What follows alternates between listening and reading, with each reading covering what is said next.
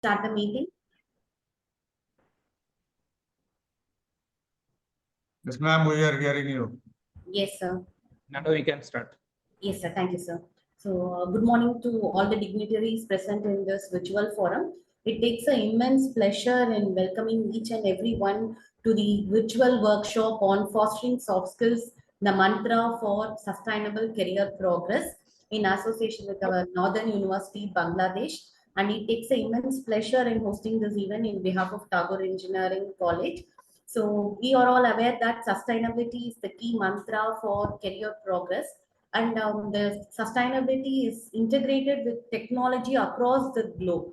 So this workshop has been oriented to discuss on how the sustainable path has been integrated with different technology and how it is the key mantra for attaining career progress, and also the importance of soft skills, role of soft skills in sustainability. So we have different eminent resource person who are specialized in this area. So first, let us start with the presidential address by our principal. Now I call upon Dr. Ramesh, principal sir of our Tagore Engineering College, to deliver his address to this forum. Over to you, sir. Thank you, sir. Thank you, madam. Very good. A very good morning to one and all. Respected chief guest of the occasion, Dr. Anwar Hussain, Vice Chancellor, Northern University, Bangladesh, Dr. Nazrul Islam, Pro Vice Chancellor, Northern University, Bangladesh, Head of the departments, faculty members, and especially all the budding students. Very warm welcome to the International Virtual Workshop on Fostering Soft Skills, the mantra for sustainable career progress. Soft skills are the personal attributes that influence how you can work, interact with others. These skills make it easier to form relationship with the people, create trust and dependability, and lead teams. In essence, they are essential for your success in the workspace, your company's success, and your personal life. Most interactions with other people require some level of soft skills. At a company, you might be negotiating to win a new contract, presenting your new ideas to colleagues, networking for a new job, and so on.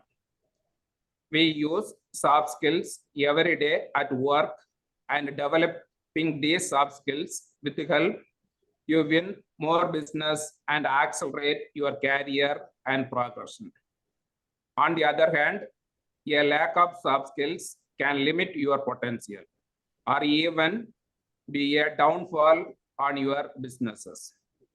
By developing strong leadership, delegation, teamwork, and the communication attributes, you can run project more smoothly, deliver result that please everyone, and even positively influence your personal life by improving how you interact with others.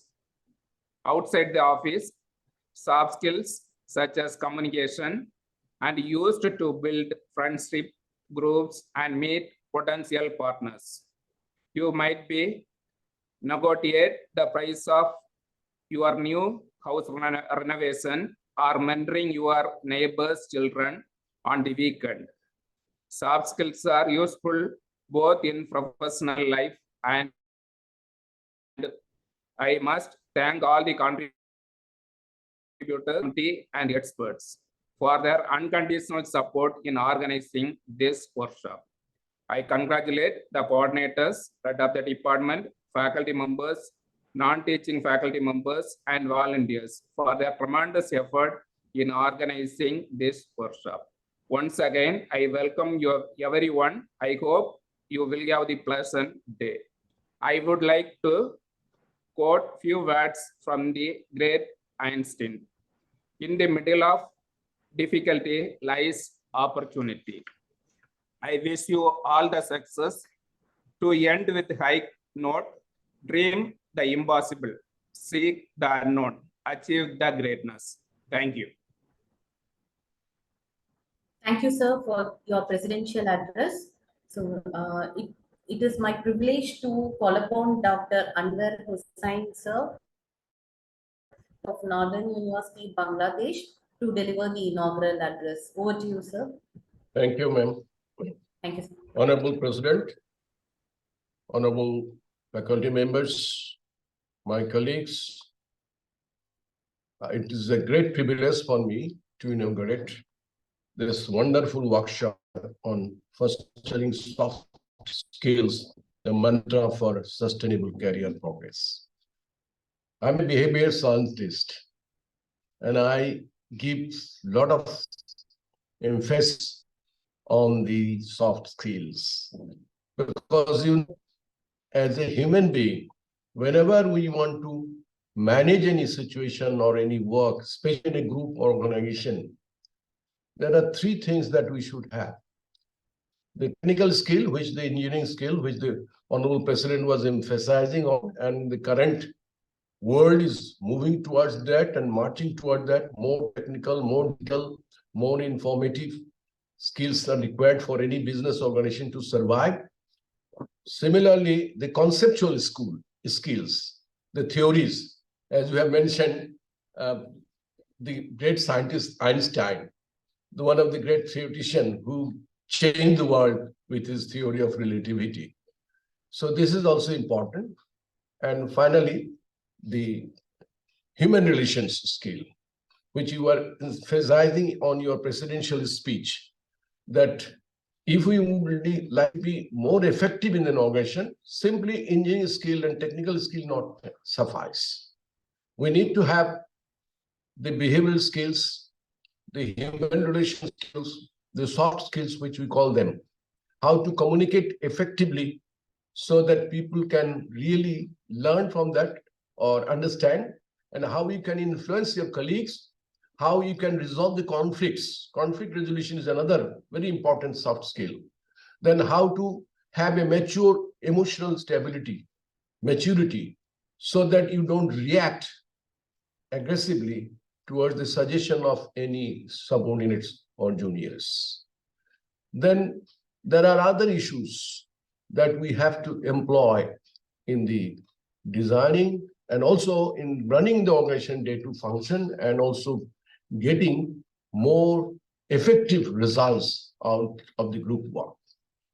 I would like to thank the Tagore Engineering School College for organizing a very timely workshop on these, which the would-be graduates have to learn so that they become more effective in the career, especially to advance their, where everywhere you will find that the soft skills are required. At the bottom level, maybe the technical skills will be more required. But as you move up in the organizational ladder, you require more soft skills. I was listening to one of our colleagues from Bangalore Institute of Management.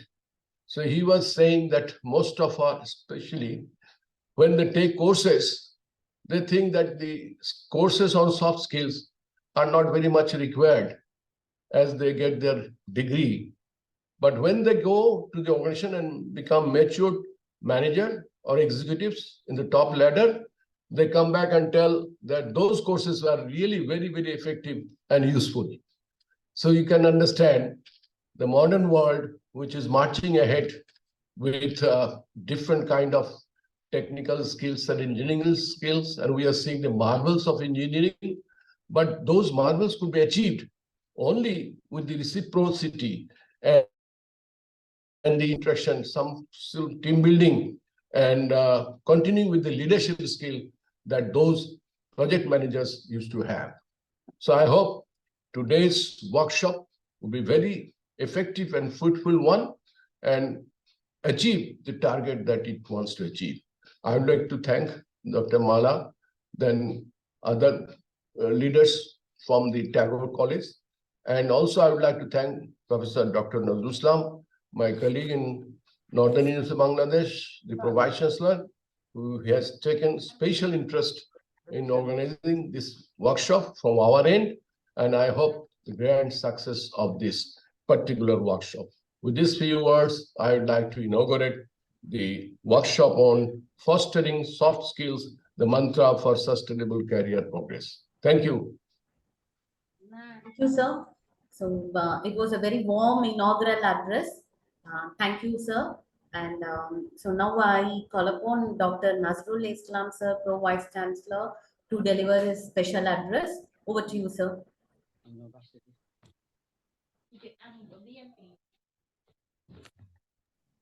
Sir, can you please unmute yourself, sir? You're on mute, sir.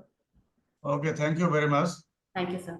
Honorable Chief Patron and Chairperson of Tagore Group of Institutions, Professor Dr. M. Mala, respected Chair and the Principal of Tagore Engineering College, Professor Dr. R. Ramesh, respected Patron and the Chief Guest of today's workshop, the Vice Chancellor of Northern University, Bangladesh, Professor Dr. Anwar Hussain, Convener and Executive MBA of Tagore Engineering College, Professor Dr. Coordinator of the workshop and Assistant Professor Dr. K.B. Pandi Murugan, ladies and gentlemen, esteemed faculty members, honored guests, and most importantly, the bright and ambitious students of Northern University, Bangladesh and Tagore Engineering College of India. Good morning to all of you. I am really deeply honored to be here in this workshop as a special guest at the inaugural ceremony of the collaborative initiative International Virtual Workshop on Fostering Soft Skills, the mantra for sustainable career progress. I extend my heartfelt gratitude to the organizers for inviting me to share my thoughts on a topic that is not only crucial in today's dynamic professional landscape, but also resonates deeply with the essence of personal and career development at the individual level. This joint soft skill development workshop between Northern University Bangladesh and Tagore Engineering College signifies a progressive step towards recognizing and nurturing the crucial role that soft skills play in shaping the future of our graduates. In today's fast-paced and ever-evolving professional environment, the significance of soft skills at workplace cannot be overstated. While academic achievements and technical proficiency undoubtedly form the foundation of one's career, it is the mastery of soft skills that often differentiates a good professional from an outstanding one.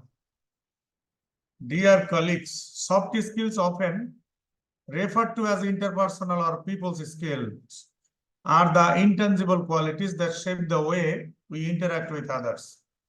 In an era of fourth industrial revolution, where technological advancements are rapidly transforming the nature of work, it becomes imperative to recognize the pivotal role that soft skills play in driving sustainable career progress, as it empowers individuals to communicate effectively, collaborate seamlessly, and adapt successfully to the challenges of the modern workplace. They are the essence of what makes us not just proficient employees, but exceptional leaders, team players, and contributors to the broader success of the organizations. First and foremost, let us acknowledge that technical expertise alone is not sufficient for the success at the contemporary workplace we see. While hard skills may open, it is our soft skills that truly allow us to navigate and thrive in the professional journey. The ability to communicate effectively, collaborate, and adapt to changing circumstances are all hallmarks of soft skills. In fostering soft skills, we lay the foundation for effective leadership that has been mentioned by Honorable Vice Chancellor, Professor Anwar Hussain, innovation and resilience, As we engage in this workshop, let us reflect on the significance of empathy, communication, teamwork, and adaptability in our daily professional lives. These skills not only enhance our individual capabilities, but also contribute to the creation of positive and inclusive work culture. Moreover, the essence of sustainable career progress lies in continuous learning and growth, where soft skills serve as a bridge between individual and collective success. Dear students and graduates, the collaboration between Northern University Bangladesh and Tagore Engineering College exemplifies the richness that diversity brings to our educational experiences. Soft skills empower you to collaborate across borders, cultures, and disciplines, providing a global perspective that is increasingly valued in the interconnected world where we live now. Soft skills, as I mentioned, play a pivotal role in the development of leadership at work too. It also cultivates qualities such as effective communication and the ability to inspire others. True leaders are not just proficient in their fields, but also excel in understanding and motivating those around them. Recognize that soft skills are not static. They require continuous refinement and application. Soft skills are also concerned with the commitment of lifelong learning. Seek feedback and embrace opportunities for personal and professional growth of the individuals. As you delve into the world of soft skills, remember that you are not merely acquiring set of competencies, but investing in a journey of self-discovery and continuous improvement through this workshop. Your commitment to developing these skills will not only shape our individual success, but I think it will also contribute to the creation of more resilient, empathetic, and collaborative community. Let us embrace this workshop as an opportunity to delve deeper into the cultivation of soft skills. As we explore various strategies, may we live here with a renewed commitment to integrating these essential qualities into our professional journeys. Together, let us foster a workplace culture where soft skills are not just a supplement, but a cornerstone for sustainable career progress. Thank you for your attention, and I look forward to engaging in fruitful discussions on sustainability for soft skills, blend of AI, artificial intelligence, and Internet of Things for sustainable development, role of Internet of Things in sustainable development, and soft skills impact on aviation industry throughout this workshop. Thank you all. Thank you, sir. Thank you for a very vibrant and overview of this session. So, sir, as like Nazrul sir discussed, this session is a blended session. So, what is that is sustainability is all about, and how are we integrating the sustainability with different technology, and how are we aligning it with the soft skills for a better career development. So, on this note, the workshop has been coined and we have a different resource person to discuss a different field where the sustainability is applied and how it can be contributed for the sustainable growth. So that is what is the mantra right now every industry is working for to attain the SDG, sustainable development growth. So first, as we are going to start this session with the role of what are the role of aviations across globe in sustainability. So that is what is the first session is all about. And I now call upon Dr. Shanmuganathan sir, who is a senior professor and who has more than 20 years of academic experience. And sir is a board of studies member across different eminent university. And he has also been the best researcher, and he has authored many articles which is published in Scopus and Web of Science. And he's also a consultant for many accreditation works, and he has completed successful accreditations also. and he has a strong domain on the aviation industry. So when we were discussing about this topic like sustainability, so it was Sir Dr. Shanmuganathan sir who gave this topic. He stated that he wanted to give a exposure to students across globe, and we don't want to confine it to one particular field of management or only the soft skills. So that is where this topic was coined, and I believe that it will be a very wonderful session, and it was something you're out of the box thinking for the other participants. So definitely it will be so, and I assure you on that. And I now call upon Dr. Shanmuganathan sir to take up the forum.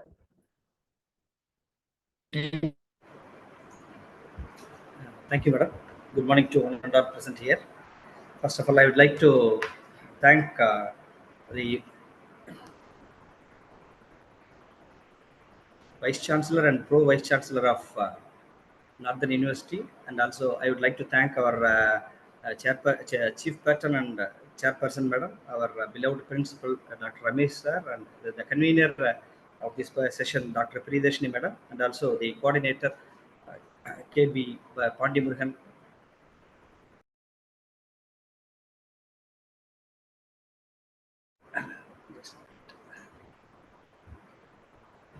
Okay.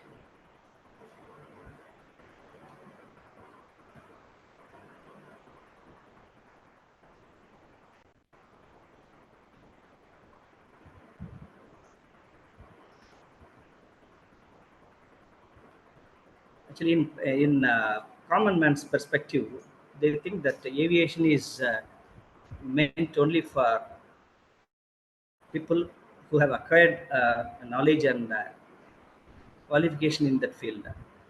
But in the from the industry perspective, it is open to all. First of all, it is open to all. Anybody who acquires some skill required for this field can get into aviation. Just 1 minute. Let me share my screen.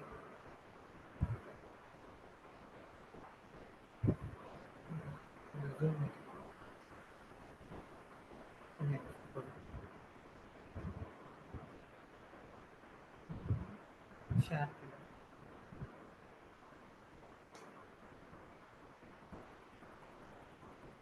Window.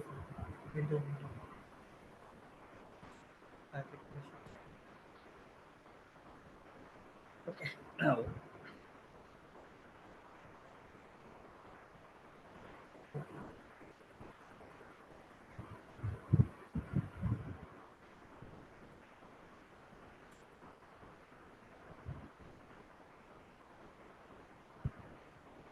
only in the early 20th century, many airline industries have started to survive the volatile aviation market. That is mainly because of the advancements and opportunities thrown at us by the impact of software or impact of IT sector.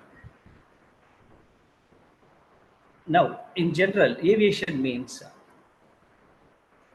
it's a field of science that is related to design, development, production, operation, and usage of aircraft and its components. It may also include the business flights, air charter, private aviation, flight training, ballooning, parachuting, and also the latest unmanned aerial vehicles. The aerospace and aviation industry poses enormous challenges to the information technology or information management. Main problem that has imposed on our day-to-day activities is challenge of storing and retrieval of long-term data.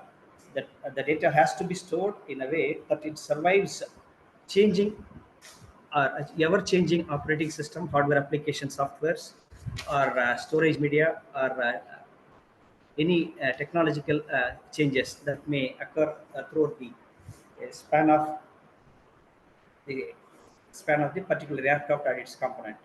If, for example, if an aircraft is given with a service life of 10 years, during that 10 year, it may be it may be giving n number of data. Entire data must be stored all across the users, and it must be retrieved at any point of time whenever it is required to conduct or carry out any analysis. But till 20th century, there was no proper reputed schemes to store as well as retrieve the data. That's why in the till 20th century, it took lots and lots of time and money for any operator to manage and operate the aircraft. That is one of the major reasons for high costs as far as flight operation is concerned, and the entire cost was put onto Sir, the shoulders of Shanmuganathan, passengers. sir. Sorry, sir. Madam? Sir, your slide is Madam? not moving, sir.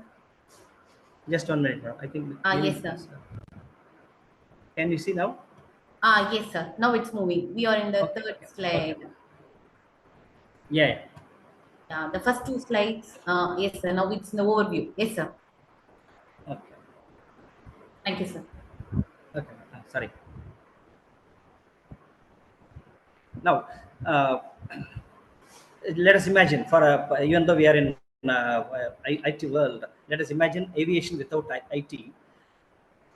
Till 90s, we had to store a huge amount of data, and we had to retrieve as and when it is required. Entire task was highly laborious and led to so many human errors, unwanted human errors. When it comes to designing, also it was also a very very hectic one. We had to play with only 2D images that were drawn manually. All those tasks took a lot of time, as well as they were less accurate when compared to the present era. Madam, are you able to see, madam, the slide? Yes, sir. We are able to view the slides. Yes, sir. Yeah, please. Just for a simple example, let us take a small system that is heater what we use in the aircraft. You may just have a look at it. Almost uh, 42 parts are there. I will have to record the information about each and every component for the smallest system like heater. So then, if you compare the small system to the entire aircraft, there will be voluminous data that we will have to store and retrieve for analysis, and also to meet the airworthiness requirement also. You all know every year, any operator will have to uh, uh, renew their certificate of airworthiness. While renewing the certificate of airworthiness, they will have to produce whatever intense accidents or whatever maintenance tasks that have been completed in the year. With for getting the aircraft approved for a flight, we'll have to produce all this information every year. Now, without IT, it was like doing all the tasks without any proper guidelines. That led to so many damages. Some of the damages were very fatal also. And progress of all the tasks that includes from daily flight planning up to planning, maintenance, and operations. They were very very slow, and almost all the fleets were very less utilized during that period. And also, yeah, in order to avoid any risks associated with that air safety, people used to avoid servicing the component. Instead of servicing, they used to go for replacement of component. When you replace any serviceable component with a new one, the cost incurred will be hello. Madam, because of network problem, I think it is slowly loading. Hello. No, sir. We are able to view your screen, sir. Yeah, are you able to see this screen, sir? Yes, Less sir. We are able to serviceable view your parts and screen, all. sir. Please continue. What about this one, sir? I think Yes, sir. It it's is okay visible, now. sir. It is visible to everyone. Yeah. Hardly they used to service any component, even though the component was within the service life. Okay, they used to replace the components. So when you are replacing a component, we'll have to spend a huge amount of money for maintenance itself. Those are the reasons why in those days the cost of the flight ticket was very very high. Now, I will give a simple example how the IT has enabled us to day-to-day affair, and also optimize the time and cost as well as maintenance and operation of aircraft is concerned.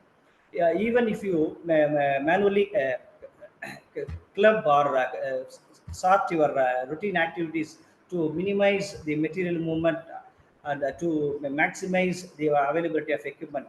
There will be interrelations among all the workstations for routing or scheduling your tools, equipments, manpower, all such things. IT has played a very, very huge role. Because of that only, our downtime for service and the time required for line maintenance has gone down drastically. That makes the higher that ensures or enhances the availability of aircraft for flight. Almost for 18 hours in a day, we are able to fly the aircraft. Thereby, we are able to recover the cost what we have spent on the aircraft for its procurement as well as maintenance or for its operation. Then, without IT, the process and production time used to be very, very high, and in order to improve the efficiency and effectiveness of our routine activities, and also improve the relationship with the customer, the information technology started to contribute a lot. The requirement to the main requirement as far as aviation is concerned, we have to provide right information at right time to the right people in the right content. That is very, very significant, in the right format. Any misunderstanding or misconception that may lead to fatal accidents or incidents. So this information technology has ensured that it has minimized the human error or unwanted misconceptions to the bare minimum. That is one of the major challenges before the era of information technology. The moment we started to make use of information technology, the goals, long-term goals, what the airline industries as well as manufacturers used to set was, they tried to reduce the aircraft accident rate by a factor of 5 within first 10 years, and then they tried to reduce it by a factor of 10 within the next 20 years. And also they tried to provide next generation design tools and experimental aircraft to increase the confidence on the proposed design, and also reduce the development cycle time for aircraft and its components. That has led to many achievements in the recent past. Let us just have a brief look about the history of IT in aviation. In the early 1960s, only the EU's airline industry, they have started using computers for ticketing. When they used IT for reservation of tickets, I mean, when they started introducing electronic tickets, they managed to save an amount of 3 billion per year. So from the smallest task, you can get an idea how much impact it would have given on design, development, operation, and also maintenance. These are the commercially available software what we are using to optimize our resources. Anyone who wants to pursue their professional career in aviation sector, they can get training in any of these soft skills, and they can also compete with other fellow aeronautical engineers in the aviation field. There are four major parts in aviation, like I have told you in the previous slides: design, manufacturing, maintenance, and operation. IT has got significant role in each and every task what we carry out in our field. Let us start with the main domain, design domain. The design technology was introduced in the year of 1990. Now, almost in the last 33 years, it has given so many advantages. It has reduced the cost that what we used to spend on design of components to design of complete aircraft. I'll just give you a simple example. We all know about 777. 777 prototype was launched in the year 1994. The actual commercial long-range flight was introduced in the year 2011. Almost it took 17 years to convert your product into a really usable one. This much time required for completing your prototype into a commercially operable aircraft. This time duration has been enormously reduced because of the contribution of information technology. See, we all know any design process involves so many processes. Any design cycle involves so many processes, right? From conceiving idea, and then idea must be converted into data. Data has to be converted into model parts. Then you have to assemble. Then you have to think about redesign, test your prototype, and then based on the experimental test results, we have to refine our initial design data. Like that, the cycle will be repeated a number of times. See, in the earlier days, when all such things were manually done, we had to spend a lot of money, raw material, as well as time for manufacturing or for designing a single component. With the help of IT, entire design has become very easy task, and with less time and money, we are able to produce as many components as possible. So objective of our main contribution of IT in aviation manufacturing is it has enabled us to develop a flight and its control systems that can easily handle any off nominal and unanticipated changes in air vehicle during operating conditions. When it is operated in real-time scenario, there will be a number of factors that may affect the original performance of the aircraft and its components. See, because of this IT, the accuracy level of each and every component has been improved. Once we are able to produce more accurate components, such components can withstand any off-nominal conditions or unexpected changes in its routine operation. And also, we are able to record each and every information pertaining to a smallest from a smallest component to complete aircraft. Handling such data also was very easy, and also, like I told you, as far as certification is concerned, we need to and retrieve each and every information of each and every component. That was the huge and Herculean task in the olden days. Now it has become very easy and friendly. Information is available to each and every workforce available within the aviation industry. They can always retrieve the data in no time. So the certification process has become very easy and simpler. Yeah, because without IT, the aircraft will be grounded unnecessarily for months together to get it certified when it goes for certificate of airworthiness renewal. Now, and apart from the certification part, we used to cannibalize the component from aircraft to aircraft. By means, as when an aircraft is grounded for want of service or want of any component, the whatever other components which are in serviceable condition or unoperable condition, that can be utilized in any other aircraft. Thereby, we are able to retrieve the service life available in those components or systems. When you are cannibalizing such systems or components between the aircraft, excuse me, the data should also be transferred from one aircraft file to the other aircraft. So all such things have become easier and simpler.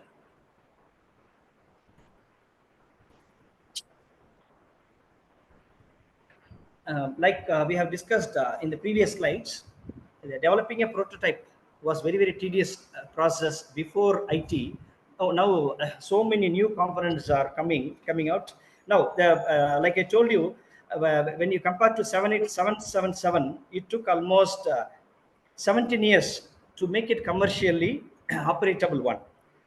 Because of evolution of information technology and its contribution towards aviation industry, the Dreamliner 787 took just 5 years to get to get it in operable state. It was the prototype was launched in the year 2014, and it has started its operation in 2019. So we are saving lots and lots of time when we are launching new products. When it comes to the process involves both the maintenance as well as operation. It is see, the entire operation as well as maintenance should try to optimize the cost and time involved for carrying out those processes.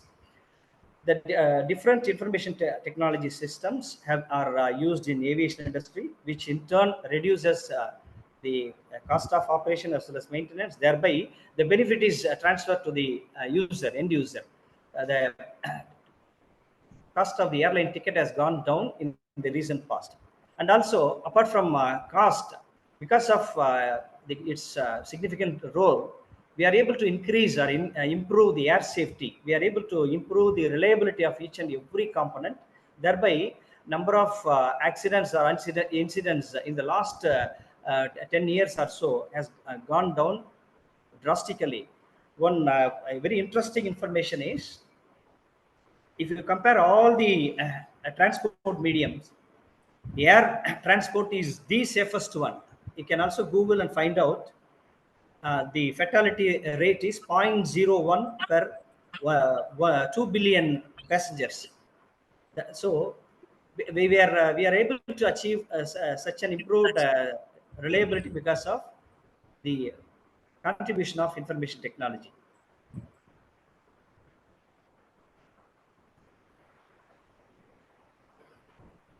Just to give a brief idea, there are so many n number of factors. All these factors only contribute or that only affect the air ticketing.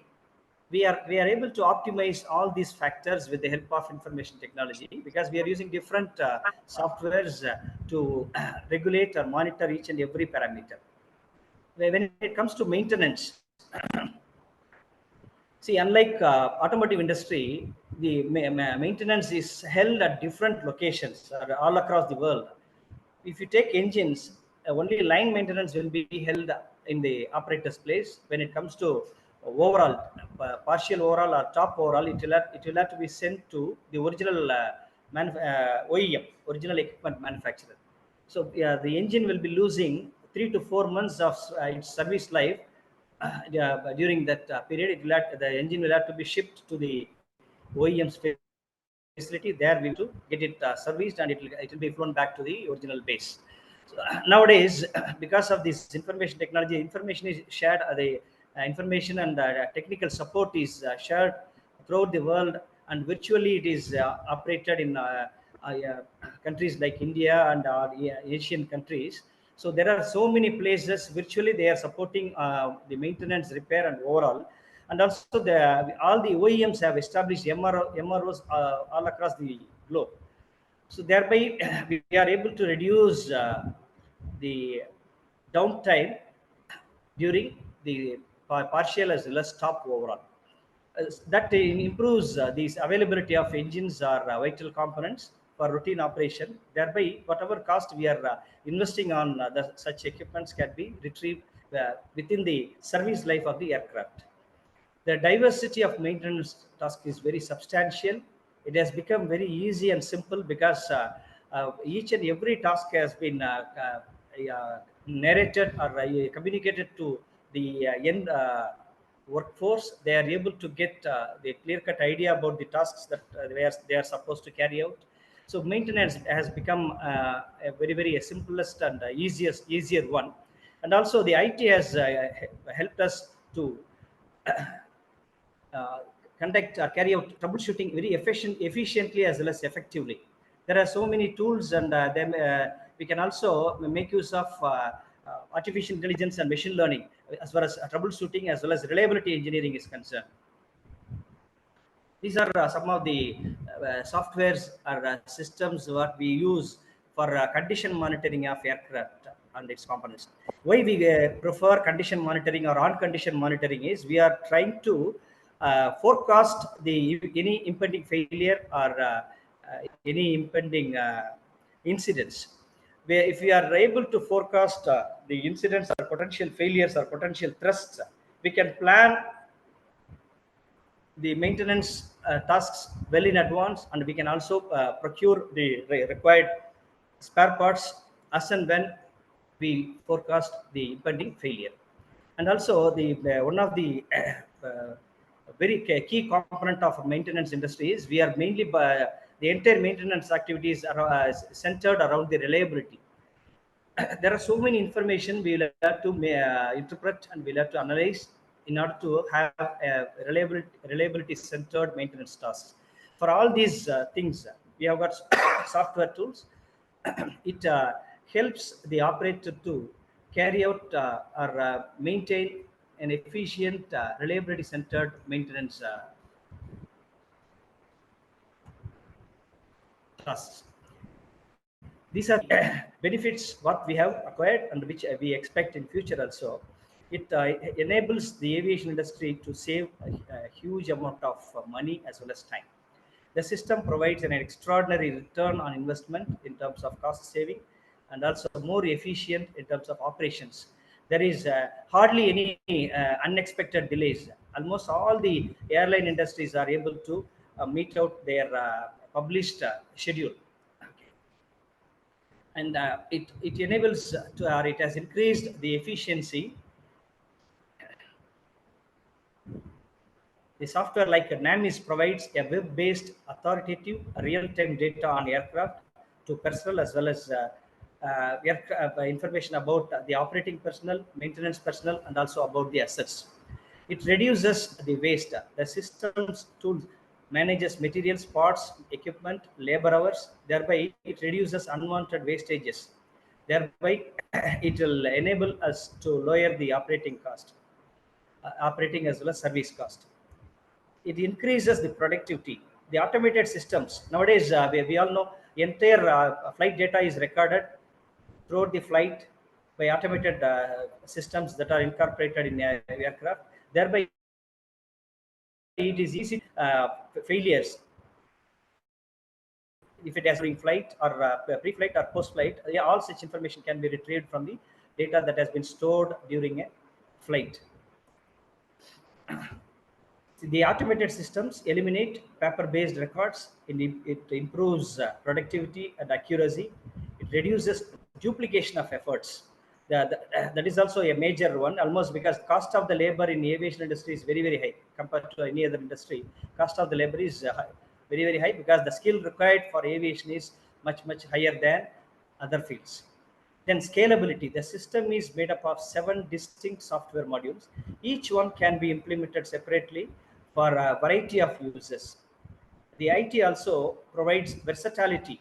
The software like NAMIS modules can provide benefits to any large organizations or corporations which need the information management software. This is one of the software what we use. These are the softwares what we have started using, like GPS, WES, wide area augmentation systems. Anyone who is very passionate about writing codes or working in software can always enter into aviation industry, and the aviation industry is one of the fast growing, and it will long last. From now on onwards, nobody will look back as far as aviation is concerned. All such uncertainties have been removed from aviation industry. You might see so many large private airline industries, they are able to survive. They are able to order aircraft, and they will be there in the market for the next 20 or 30 years. So as far as job security is concerned, this field will provide much better job security than any other industry. These are the advanced technologies what we use in all the fields, right from design, operation, as well as maintenance. When it comes to job prospects, that's what the budding engineers will look into. The IT plays a huge and growing role both in aerospace, defense, as well as aeronautical industries, which make this industry a good one for people searching for technical jobs. We all know about the IT pay packages and all. The Computer World's 2010 salary survey found that defense and aerospace would be at the top of the list as far as pay package is concerned in the IT field. With the overall compensation, it may. And now, I am talking about 2010. It was just 2.9. Now it has gone up very to a higher percentage, and there are so many jobs available as far as aeronautical field is concerned. Experience in wide area network and local area networks, etc., will provide better job prospects. It will provide a major boost for job seekers.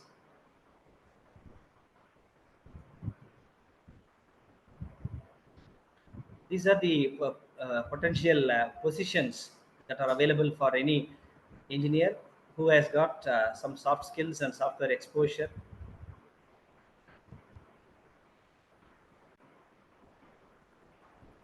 I think with this, I would like to complete my presentation. I can proudly say, unlike any other industry, this industry has got excellent pay package, as well as it has got excellent career growth. Okay. So if you can improve your knowledge on the software, and if you acquire some skills, technical skills, technical knowledge knows about aviation and aerospace industry, you will have better prospects as a fresh engineering graduate. With this, I would like to conclude my session. Madam, Yes, sir. Uh, Thank you, sir. So it was you have took us on a flight journey. So you have taken up overview of what are all the different aspects in Madam, sorry aviation. to intervene. Sorry to intervene. Yes, sir. That was the first point. What I wanted to tell the audience: flight is not only for not meant only for flying, and also to get into the field and get better job prospects. It is meant for them to work and fly. They can Okay, great, sir. also contribute to the growth of aviation industry. Okay, great, sir. Thank you, Yes, madam, sir. please.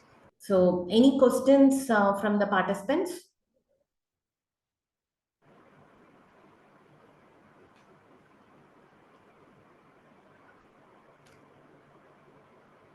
Any questions?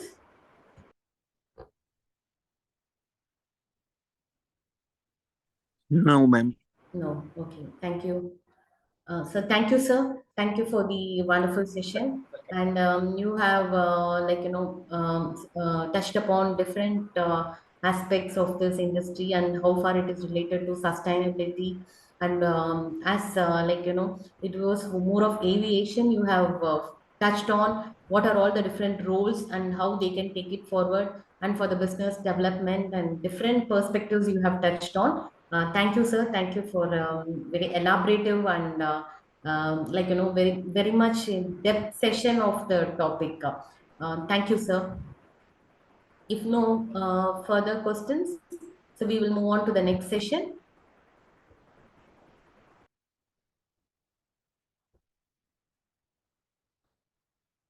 Yes, sir. So, sir, Shanmuganathan, sir, can you wind up, sir? Because when we want to go for the next session, we have to close the presentation. Sir?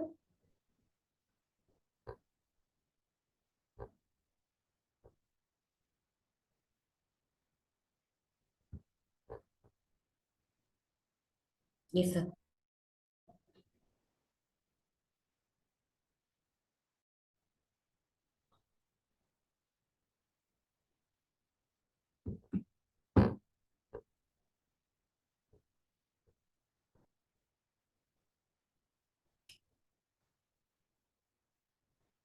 Okay. So, good morning to once again to everyone present in the forum. So our next topic for presentation is sustainability and soft skills, the mantra for career progress. So this is going to be my session, and I'm very delighted to present it with so much of curiosity, like how the participants will be taking over the session. Before I start up the session, I want to know the background of the participants. So, few of you, can you unmute yourself and can you share it? Students, faculty, anyone? So, just three or four. Can you please unmute and tell me what is your background? Like, can you introduce, like, you're from which field? Sorry, someone is talking, but they have not unmuted.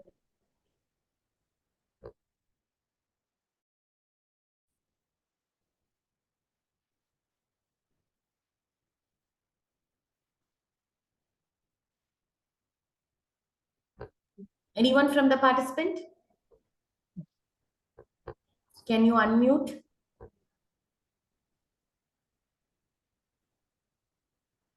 From here, Bangladesh, most of the participants are senior students and the faculty members of Northern University, Bangladesh.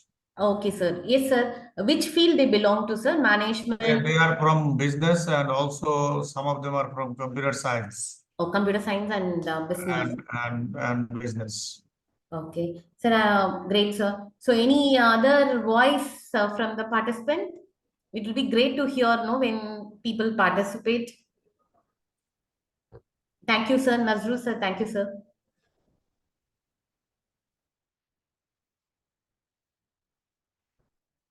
See, we are going to talk about sustainability.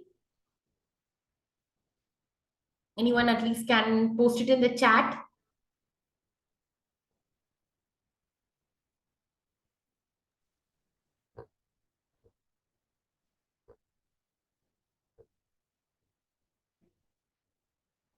Someone is talking, but they are not muting. Unmute.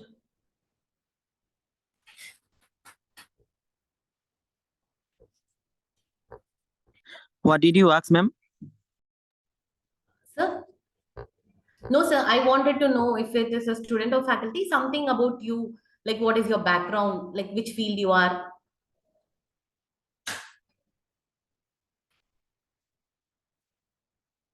You're from which field? Just to make a few, to know each other. That's it. I'm from business administration Oh, great. from Northern University. Oh, great. Okay. Your good name? Yeah, ma'am. Your good name? My name is Shudipto. Okay. So great. So nice of you to unmute yourself and introduce yourself. See, myself, Dr. Priyadarshini. So I'm going to discuss an overview on what is sustainability and what is the soft skill. What do you mean by soft skills? And what is this session is all about? What is this workshop is all about? So I would like to touch upon few things. So that before starting the forum, I thought I can hear from few of you to know the background, and already Nazrul sir told me many of you are from business and computer science, and thank you for unmuting and the gentleman who has unmuted himself and he has introduced him. See, that's to make it more little bit of interactive. So that is the objective of it. So let me start the session. So first, let's start with the concept to understand sustainability. So we had a very good presidential address, inaugural address, and special address. So the eminent persons, they were all discussing about soft skills, importance of soft skills, and even Professor Nazrul sir was telling importance of soft skill leadership, and the VC sir, he was talking about importance of empathy and how far it is very much needed, and the presidential address was addressing on different areas of sustainability. So they all gave us a very good overview, and few of you were in IT, so definitely the aviation session. So what is the field of aviation and what is the role of sustainability in aviation, and how far IT students can take up the aviations. So that was all discussed by Dr. Shanmuganathan sir. So my role here is just to give you all an overview. What do you mean by sustainability? What is that we can understand as a sustainability? And as I belong to the management field, I thought I can touch upon sustainability in business environment and what are all the skills needed for managers or for any professionals. So that is what is all about my session. So let me start with the definition of sustainability. Okay, is that my slide is moving? Any participant, can you just say yes or no? My slide is moving? Yes, ma'am. The slide is moving. Yes, thank you. So what is the sustainability? So the sustainability is the ability to maintain or support a process that is continuously over a time. That is, which means that which is done in a long run. Okay, so that is what is the important concept of the sustainability, the ability to maintain or support a process. So you are maintaining a process or you are supporting a process which is done continuously over a period of time. So your very elaborative definition we can go. It is support the process continuously over a time in business and policy context. And what is the importance of sustainability? It prevents the depletion of natural or physical resources. So they will be available for us for the longer term. And I think, when this workshop was coined, I heard that majority of you are from management students. But what is the importance of putting the sustainable concept is, now in after this pandemic, after this 2020, the world revolves around the sustainability. Okay, so before that, the sustainability was existing, but it was only very much pertain to green environment, or how you save energy, of take care of the resources for a longer run. But now, after this pandemic, everyone talks about this SDG goals. So you have a goals called as SDG goals, which talks about different sustainability goals, and that is has become the mantra for every business, and that has become the challenge for all the business professionals to keep up the goals. So that is the level of importance the sustainability has emerged up right now. So on this basis only, this workshop has been coined, and we are taking out now on the discussion of sustainability. So hope I made clear with the definition of sustainability. So next is, we get a question. Okay, so yeah, common layman thinks, why is sustainability is for me? Okay, so sustainability, we think it is only for engineers, or we think it is only for people who save energy, or it is only for people who keep up for green, or who talks about bio. So that is what is that the concept of many layman people mindset. Okay, but we as a business professional and as a professionals, we have to understand sustainability skill is not for A, B, C, D. It is for everyone. Okay, it is for everyone. So that is the importance of sustainability for everyone. And I would like to go with the anonymous definition, which is stated by Upton Sinclair in his article. So it is difficult to get a man to understand something when his salary depends upon him and not understanding it. Okay, so it is a very nice quote. Okay, so it is a nice meaning which gives you which makes us to understand that sustainability is for everyone. So it is like a man, to make him understand that his salary depends upon him and not understanding it. So that is what is that. So we all have to understand the importance of sustainability is for everyone. So it is not just only for the professional, and sustainability is for everyone. So with this note, I start my presentation. So my presentation revolves around the domain. So what are the sustainability and skills, and what are all the ways it is important for our career, and what is sustainability in the business environment, and what are all the skills for the manager, soft skills needed for the manager. So, and how it takes up to our better career path. Next, sustainability and skills. Okay, so the next question, the first question I asked you is that sustainability is for professionals? I hope, right? Okay, and also it states that it is for everyone. And is that you need any special skills for sustainability? Is the next question which we all have to think. Definitely, yes. So, arguably, at least a special set of skills, which is very much needed for keeping up the sustainability. So, sustainability is a professional discipline. It covers a vast territory of potential knowledge, from science and ecology to social impact, technological tools, and very important understanding of strategy and operational planning and project execution process and means. Okay, so from this you can understand sustainability skills is very broader.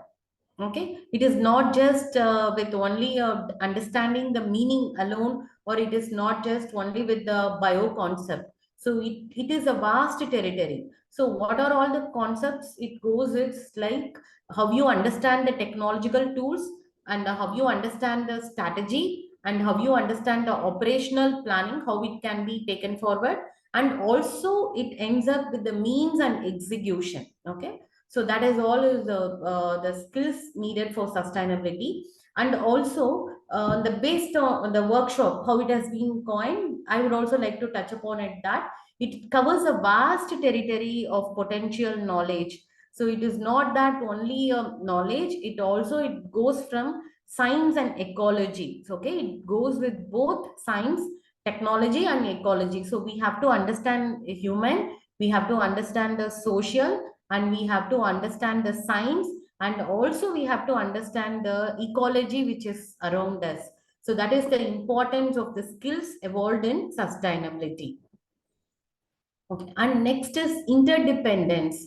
So what is that interdependence it talks about is the most effective sustainability professional combines specific sustainability skills and knowledge with understanding of business process, practice, and culture. And it is a interaction and interdependency, and also the implications are understood. So that is what is the interdependence. As I told you, how it has been integrated with knowledge, science, and ecology to social impact. So you can understand it is not only with any one field, it is a combination of, or it covers a vast territory. It is a very, very vast. So from that, very much I can justify, or anyone can justify, it is an interdependent, the skills are interdependent. And what is that competence related with the sustainability? So the big picture, as we discussed, it requires the comfort with uncertainty and the application of precautionary approaches. So it is a mix of technical hard knowledge and soft skills. It is a combination of both technical skills and soft skills. So technical skill is hard knowledge, and the soft skills is culture change, advocacy, and diplomacy. Everything is the competence. So give me a minute, I'll switch on. Okay. So that is what is the competence which are involved in your sustainability.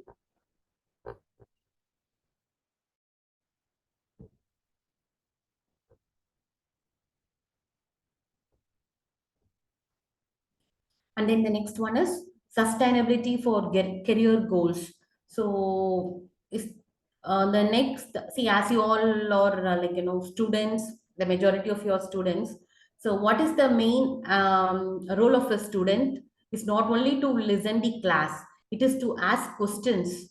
Okay, so as a student, we have to ask question. As like not only the student, everyone has to ask questions. Whenever we do something, it is not just we do it as such, we have to ask questions. So whether what is that, whether it is needed or not needed, or why it is needed, or what are all the things needed. So that is what, so that's where like I started my presentation to make you understand like whether sustainability is needed for all domains. Yes or no? It is yes. Okay. Is that sustainability is requires special skills?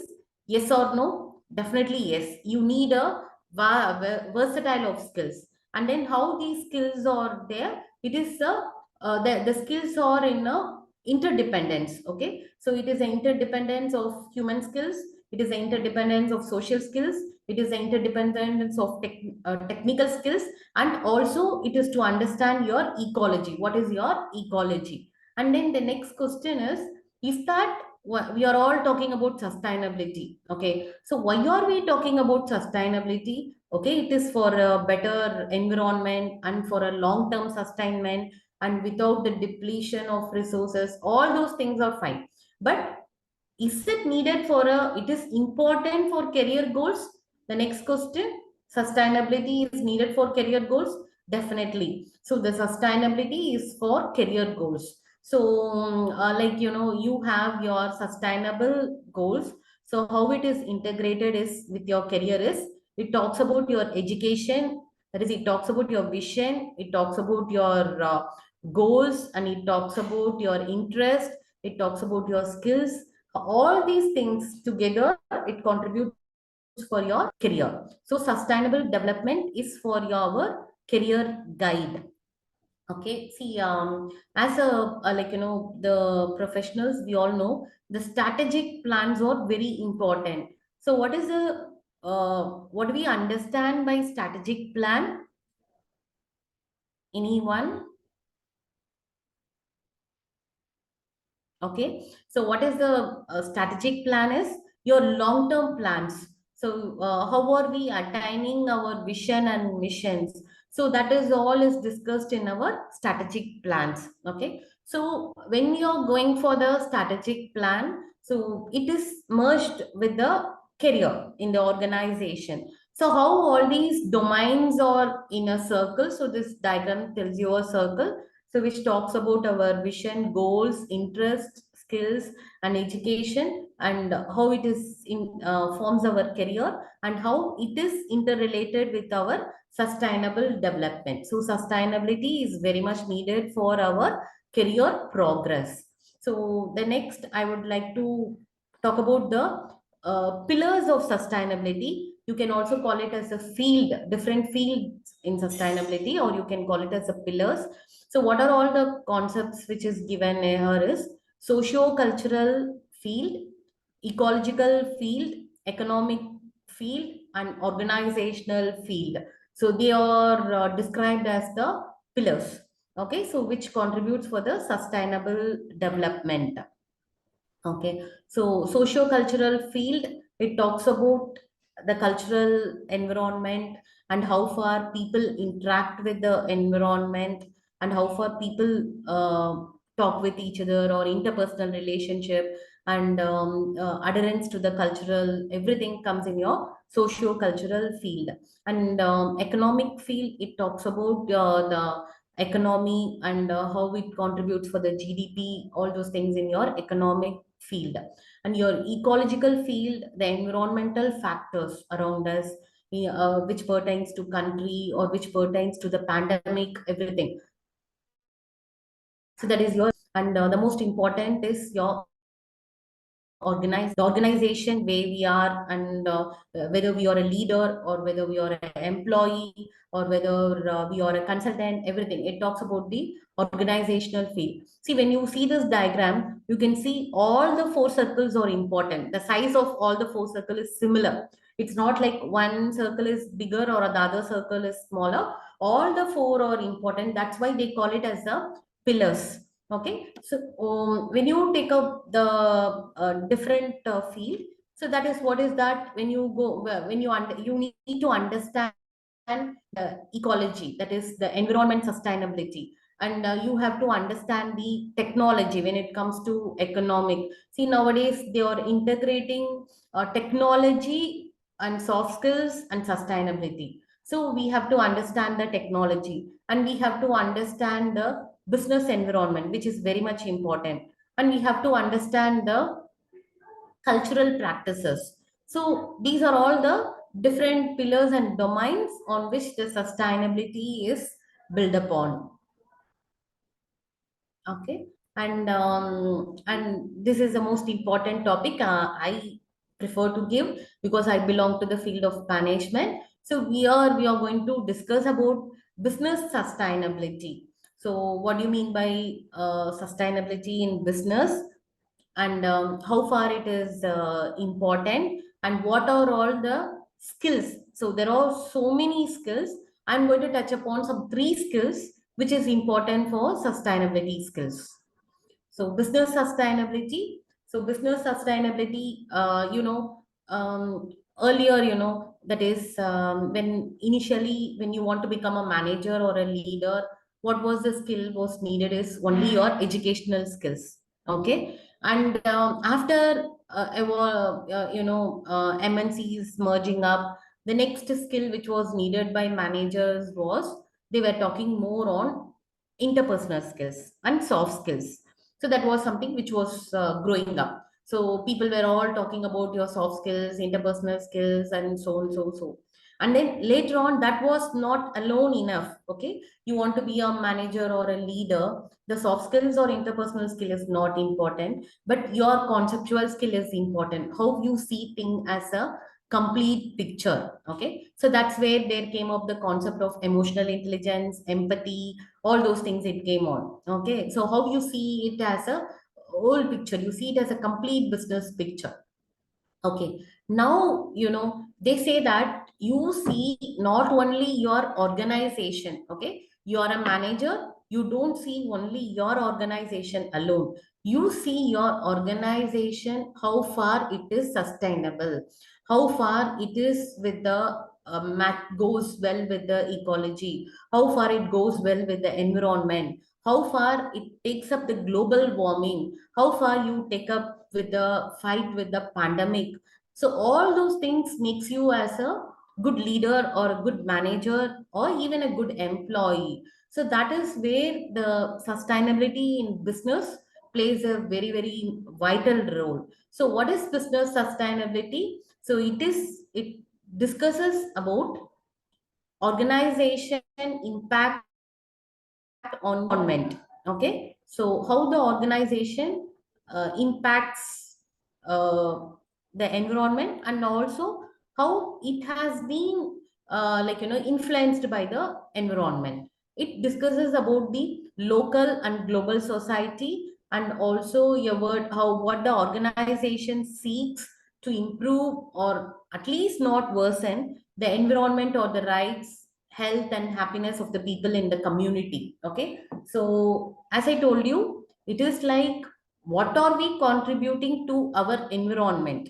Okay, if not, how don't we make it still worsen? Okay, so it is the environment is everything. Okay, the environment is about the cultural, it's about the society, it is about the ecology, even it is about the technology. Everything is the environment, and it discusses on the happiness of the, finally what is that we see is happiness. Okay, everyone wants to be happy, right? So as a business lead, we have to see that there is a happiness of the people in the community. Okay, so that is what is the business sustainability is all Ma'am, about. can I ask a question? Yes, please, I'm very happy to answer. Now, how do companies measure and report their sustainability efforts? Sorry, how How do companies measure and report their sustainability efforts? you are Actually, what asking? are the key metrics? Okay, you are asking me what are all the metrics to measure sustainability? Yeah, Yeah. how they evaluate their impact. Yes, see, that's it's a very nice question, because we talk sustainability is something which is a very broader one. And Mr. Sir, your name, sorry. Shudipto. Yeah. So sir, the gentleman wants to know how are we going with the parameter? So how are we going to go with the parameter? Okay. See, the parameters can be done by assessing the pillars of sustainability. Okay. So as I told you, these are all the different pillars, okay, of sustainability. Your social, your economic, your ecological, and also field.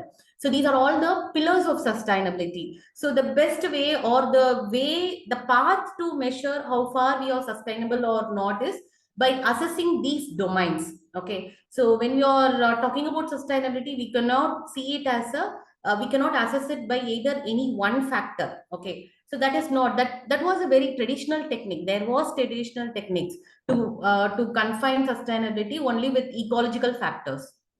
Okay, but at present, we have to go with all the pillars. So, how are we with the socio-cultural factor? How are we with the economic factor? How are we with ecological? How are we with the organizational factor? And how all these things are balancing for our sustainable development.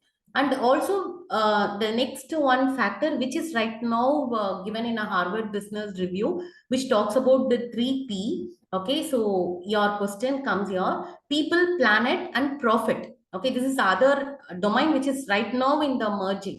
So, which is discussed as people, planet, and profit. How are we going well with the people? How are we that contributing for the planet in which we are living in, that is our earth or environment? And how it brings down to your profit, where they go with the return on investment also. Okay, they are measuring the ROI also. So on this basis only, the sustainability is measured. Am I able to answer your question, sir? Yeah, ma'am. Yes. I got. Okay. So thank you for making it interactive, and it is always very good when we get questions. So feeling good that people are listening to us. Thank you. So that is what is that. So next is, what is that business sustainability we were talking about? And this is something the Harvard Business Review has quoted. The triple bottom line, which is involved in sustainability measurement, the triple bottom line, which talks about people, planet, and profit. So as I told you, the people is human, the planet is the environment, and profit is, we all know what is that. How are we making out more of the productivity, the input and the major output we get, and how are we gaining profit? So this is a triple bottom line associated with. And the next coming to an interesting part is the sustainability skills. See, there are when you go for Google Guru, they talks about so many skills which is needed for sustainability. Okay, so which talks about soft skills and also many other creative skills. So I have just narrowed down few, as the time limit is very short. I have taken up few important sustainability skills, and I am going to touch upon three major skills which is needed for your sustainability. Okay, so the first one is the foundational knowledge. So our foundational knowledge is very important. What are the domains we are in? The foundational knowledge is very important. And the leadership. So what are all the concepts in leadership? The importance of leadership and emotional stability. Emotional stability talks about empathy and emotional intelligence, emotional quotient, and forward thinking. See, nowadays people never think reactive. Okay, we don't go for reactive changes, we always go for proactive changes. Okay, we accept that. Okay, so we are well ahead. So that is what is very much important. And being out of the box, that is very, very important. The creativity, and as many students are there, the communication skill is very important. So I have some communication tactics which I would like to share it in this presentation. So I'm not touching upon all these six skills. I have taken up three important skills. The first one is about the strong leadership. So the strong leadership. See, I think many of us would have been aware the different leadership styles: autocratic, transformative, or transactional, all those things. But the transactional was something a very, very old one. Okay, where you take care of your people only by giving them rewards. Okay, so when they do well, you give them rewards. That is a transactional leadership. Okay, but now the transactional leadership is not the key factor for leadership. Now we talk about more on transformational leadership. So transformational leadership is like how you evolve your employees or your team members and make them to be a leader, and how are you getting the best out of them, and the leadership, or like how are we supervising them. It depends only on the work they do, and it is not that you're taking care of your subordinates by only by the rewards. How you are making them as a best leader, that is what is your transformational leadership. So it is not just a transaction where people work, you pay them, and you are giving them reward so they get motivated and they do well. That is not the thing which is needed for the right now. So to be a sustainable organization, what the organization expects from the leader is they want people to be a transformational leader, where they want the transformation to happen with a vision and mission to be understood by every employees in the organization, and they have to work for the vision and mission on their own. It is something like a free reign leadership, where everyone has to become the leader, or everyone has to take up the responsibility. So that is what is the transformational leadership skill is very much important for the sustainability skill. And students, dear students, whoever is here, so please understand like what is the importance of leadership. And when you become a leader in an organization, you try to adopt a transformational leadership style for you. Okay, so that is what is will make you grow in the ladder, and also help you to lift up the ladder of the organization. So what are all the things which is very much needed for it is your better delegation, how to delegate task, and very important, how do you empower your team? Okay, how do you empower people, and maintaining team resilience when circumstances change. That is, you keep up the team cohesiveness when the problem arises, or when there is like uncertainty happens. happens, how are you maintaining it, and also communicating organizational change effectively. So the communication is very important. So how far you keep up a very transparent communication in your organization. So when you are a leader, how far you are keeping up a transparent communication in the organization. So that is very important. And also you are remaining authentic and in tune with your team. See, you be a leader on your own style, and you are not with your team, then you are not a strong leader. Okay, so how far you are remaining authentic with the organization, and also you stay with your team. So these are all the important strong leadership for a sustainable skills. Okay, so I'm talking about sustainable skills and how it is very much needed for you to be a leader for retaining your organization as a sustainable organization. And then the next one is, I would like to share you some communication tactics.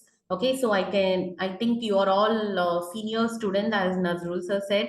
Majority of you know what is the importance of communication, process, skills. You are all master of it. So I would like to say some tactics, okay, some tactics which you can follow for better communication skills. First one is like storytelling. See, nowadays, like, many interviews, the interviewer goes for storytelling. Okay, they expect the storytelling from the interviewee. So the storytelling is art.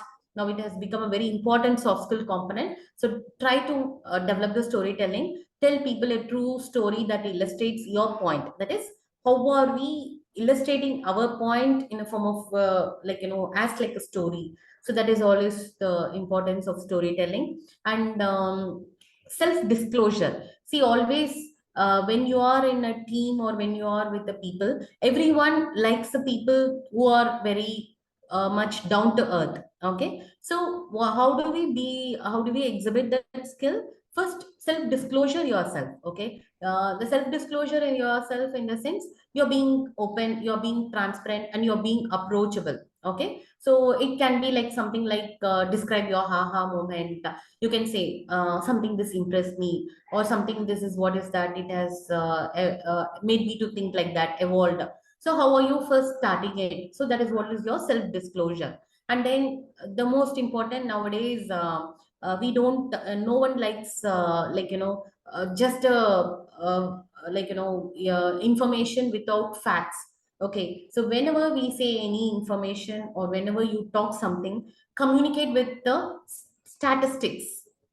Okay, go with the figures and numbers. So very much like you should be very much coining it with the proper statistics. Okay, communicate the urgency and timeliness of sustainability. Okay, so for adopt statistics and data visualization.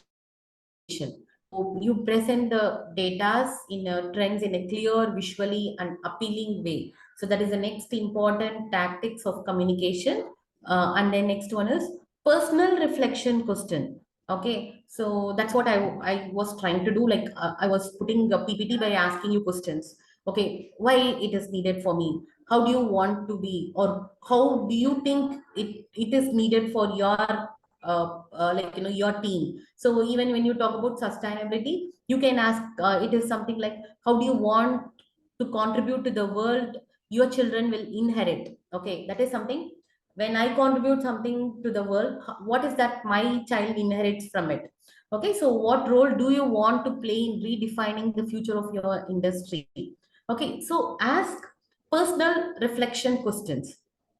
Okay, so these are all the some of the current communication trends tactics which is needed for integrated with the sustainable skills. And in the next last one I would like to touch upon is your emotional intelligence. Okay, so what is emotional intelligence? See, earlier, before 1990s, okay, so the evolving of the Daniel Goleman book, okay, so on EQ is important. So Daniel Goleman is called as the father of emotional intelligence, and he did come with a book on that. So earlier to that, the most important skill which was taken for success was only IQ. Okay, I think you all know what is IQ, intelligent quotient.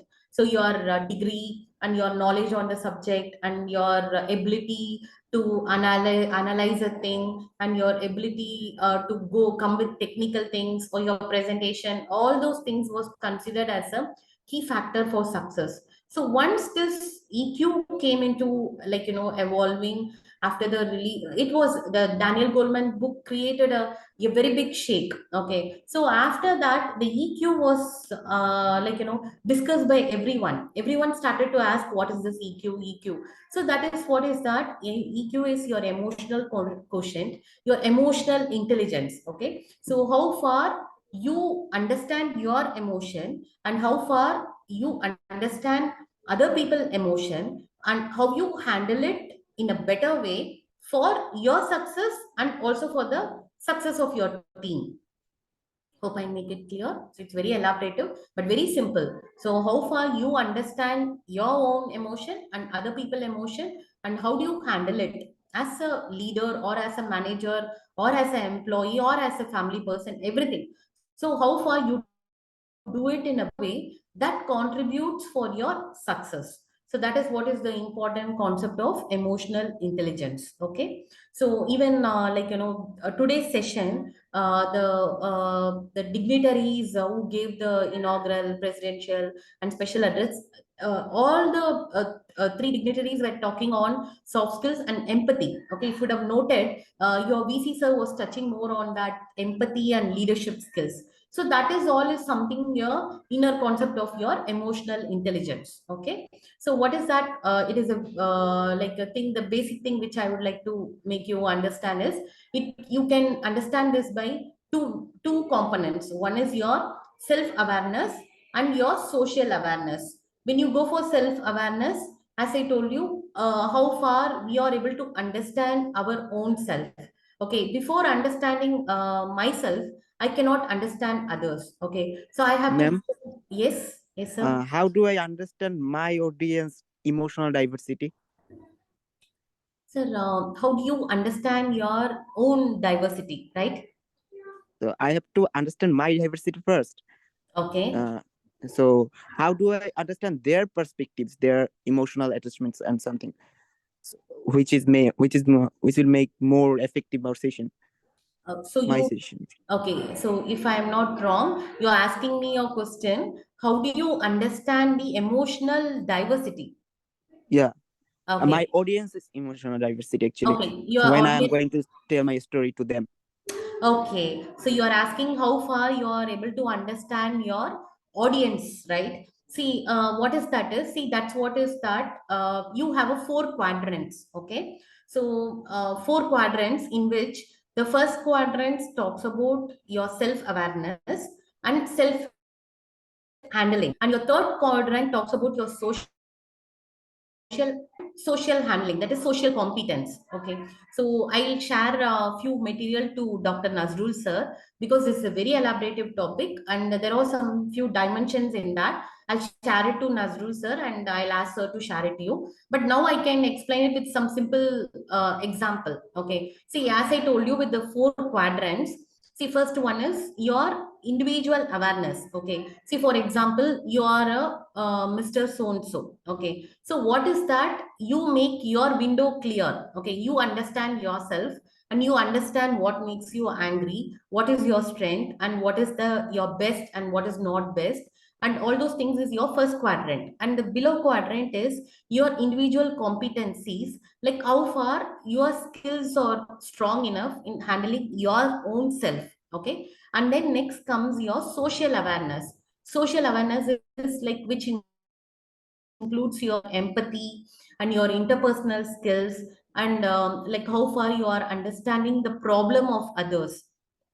That is what is your third domain. Okay, see, in the third domain, you will be able to, when you say your empathy, what is the empathy is, I think you know how far you are able to understand the problem of others in their perspective.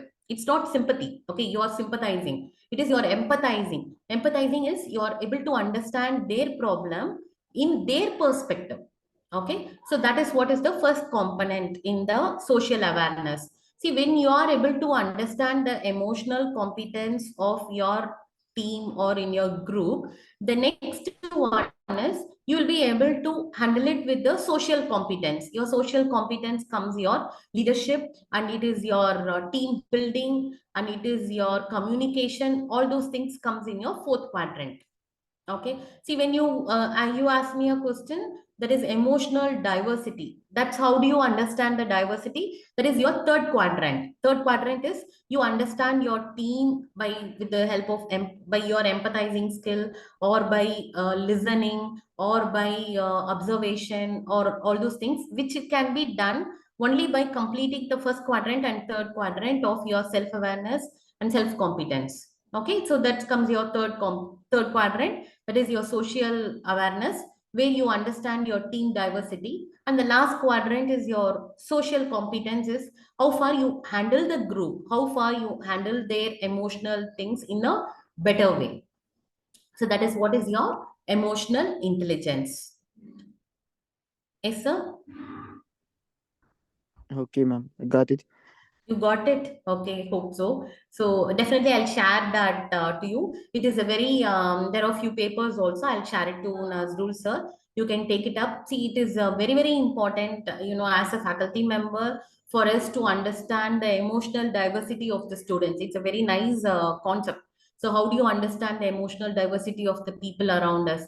That is what is that you are going for your social awareness. Here I have mentioned, no, your social awareness. See, so for all these things, you have your questions. Okay, you have a standard scales.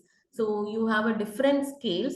The scales are structured with different reliabilities and validities. Different tests have been conducted, and there are structured scales which can be used by us to assess these emotional diversity. Okay, so if you go with the different papers, okay, I'll share you a few papers. So if you go for that, you can find some scales. For example, you have a trait scales. So if you go for the the trait scales talks about some 21 traits and different dimensions, which has each emotion categories. Okay, so when you talk about emotions, there are multiple emotions. So what is that the trait scale has done is they have put some 110 traits, and they have grouped the traits under different emotional headers category. So what if you are very much interested to do a elaborative research to understand the emotional diversity of the group, you can take that scale and you can go for that questionnaire and you can get it up. Yes, sir.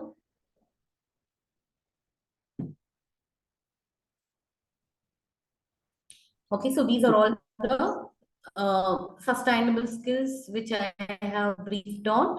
So it talks about the foundation knowledge, strong leadership, and emotional stability, forward thinking, creativity, and finally communication skills, ending up with emotional intelligence. So herewith I'm ending my presentation. Thank you all. Any questions?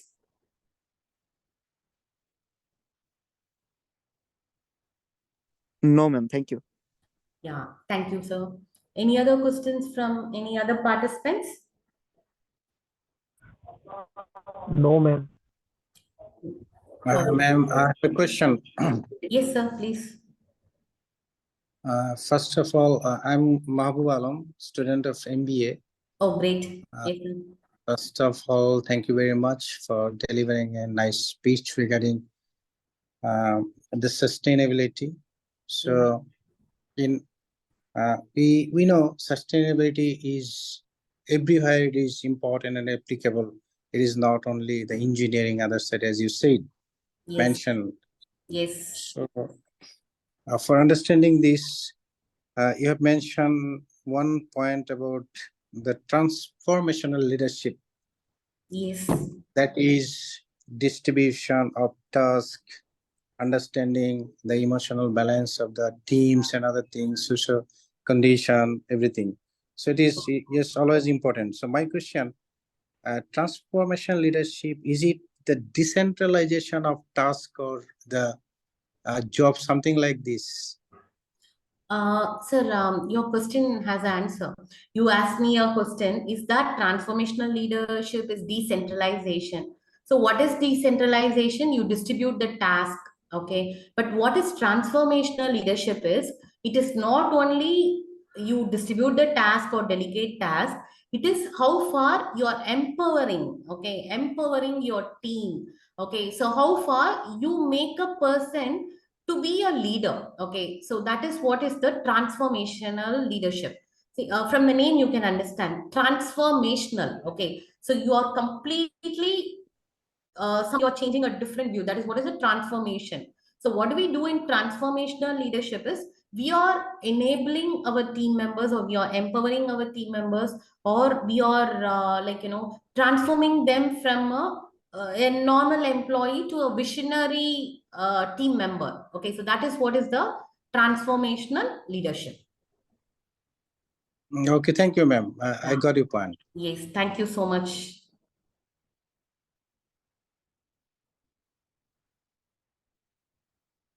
Okay, so any other questions?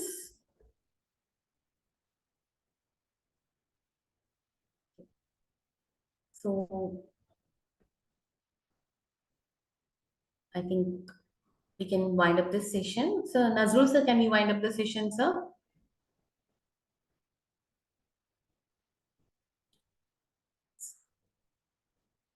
Hello, ma'am. Yes, sir. Yeah, this Yes, is, sir. I think, okay. And Yeah. we get another session, right? No, sir. Today, that's it, sir. Tomorrow Okay. only we are having the next session. Okay, then you can close today. So Yes. tomorrow The at same time. the same time the session will start, right? Yes, sir. Okay, then you can close this session. Okay. So thank you, sir. And thank you, participants, and thank you, principal, sir, for spending your valuable time.